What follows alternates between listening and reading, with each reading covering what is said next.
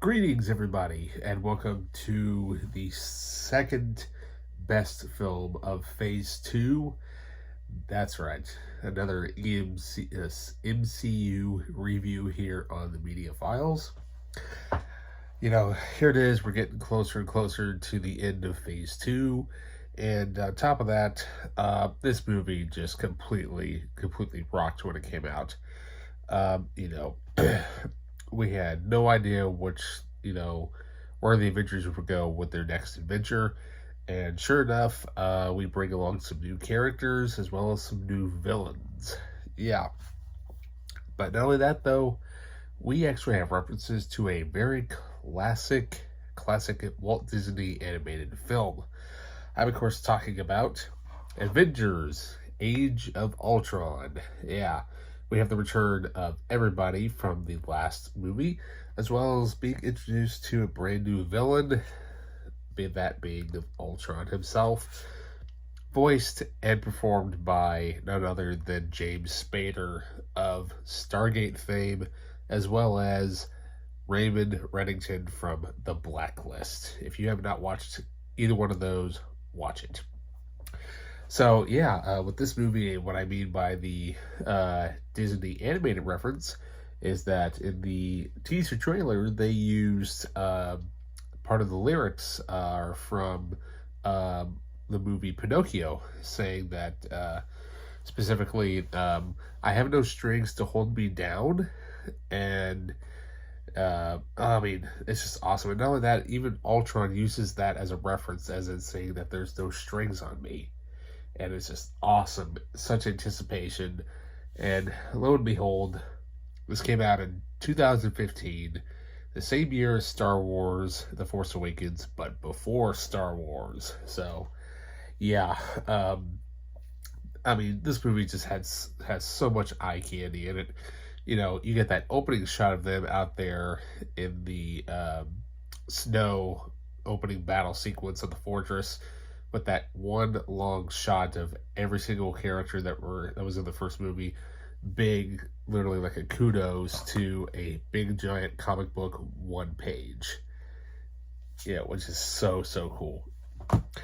But then on top of that, you get a little bit of extra Iron Man in here. A little thing called the Hulkbuster armor. We had no idea that thing was coming, but when we saw that in the teaser, we were like, dude, no way. Is he going to fight Hulk? Yes.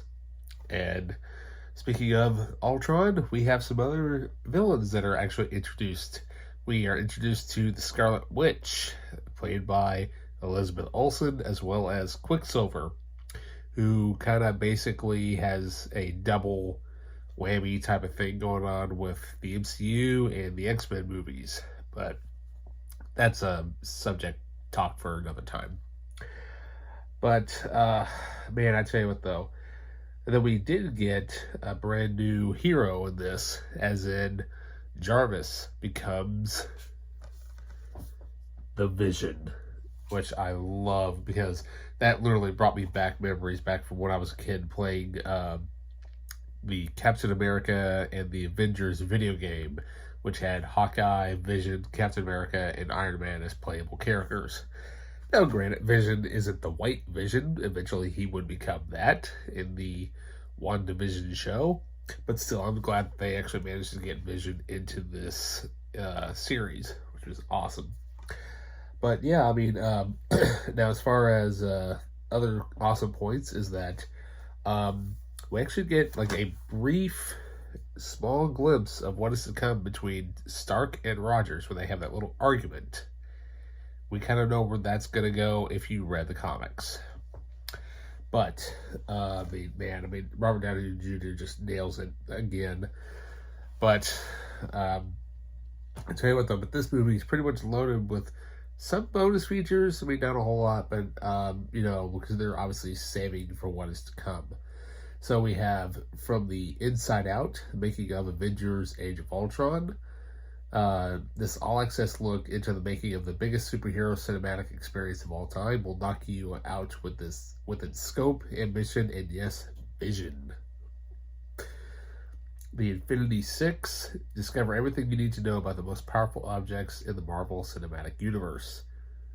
You should know what those are by now. Global Adventure.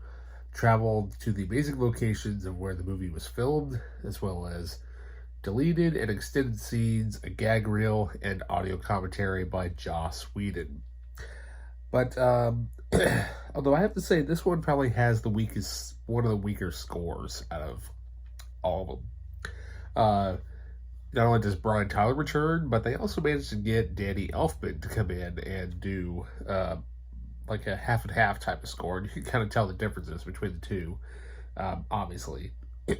But they really don't use Alan Silvestri's Avengers theme in this movie. Now, they kind of played like a small little homage to it, like right as the end credits roll, but pretty much overall, it is mostly an original score on its own. I mean, it's not too bad. It's pretty good here and there, but not really anything, that memorable, as far as I know. But yeah, I mean, overall, I mean, this movie was, like I said, it was pretty epic when it came out. But not only that, though, we had something happen that we had no idea that was expecting to happen. And that actually is featured in a later movie, which we'll get to later on in Phase 3.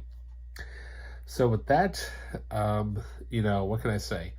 It's pretty good for what it is. Unfortunately, this would be the last time Joss Whedon would ever work with Marvel, which is kind of sad because I know some fans don't like him, some fans do. It just kind of depends if you grew up with watching Buffy and Angel like I did, which I love, by the way. So, yeah. So that pretty much ends this short little review on Age of Ultron. Remember to please like and subscribe.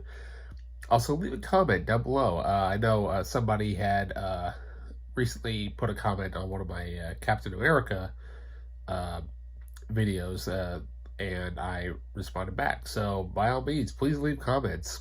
They're there. That's what it's there for. So, up next, let's conclude Phase 2. And tomorrow, it's going to be a busy day because tomorrow is May the 4th. And not only is it Star Wars Day, but I have to wrap up literally Phase 3. And hopefully I can get all of Phase 4 done before Friday. Hopefully. It's going to be a lot of stuff coming up here within the next 24 hours. So with that, I will see you guys in the last MCU review for Phase 2. See you in a bit.